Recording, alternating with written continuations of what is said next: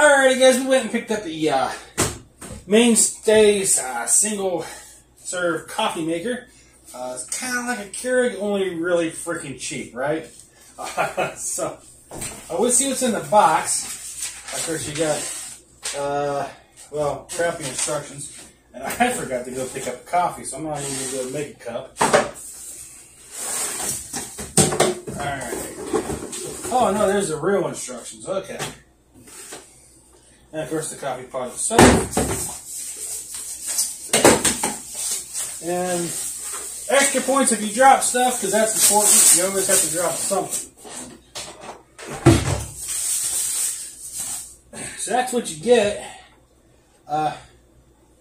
There's no coffee pot. It doesn't come with a. Oh no, my bad. I'm sorry. Now I put my coffee mug in here. So you got tape there to hold little flimsy plastic things on. Can't say I really understand that. Just put the plastic thing up here on the top. That way you open the top and then you get it out. Wouldn't that be simpler? More simple? I think so. I don't know. Anyway, you got a button here for ground coffee.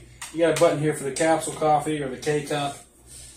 Not a big fan of those, but that's what I'm going to use the K-cup thing with the coffee, whatever. So here in the back, looks like a water fill. That's kind of cool. Got a filter down there too. And oh, it looks like the 8 ounce, 10 ounce, 14 ounce, and max. Try to figure out how to open this up though. I might have to read instructions on this. Oh, no, push in on the button and pull it up, and that kind of snapping did not sound right. So your K-cup or your is going to go in there. And of course, since we're going to use ground coffee,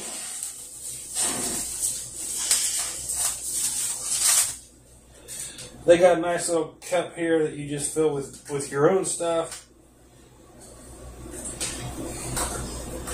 And put your coffee in there, close it,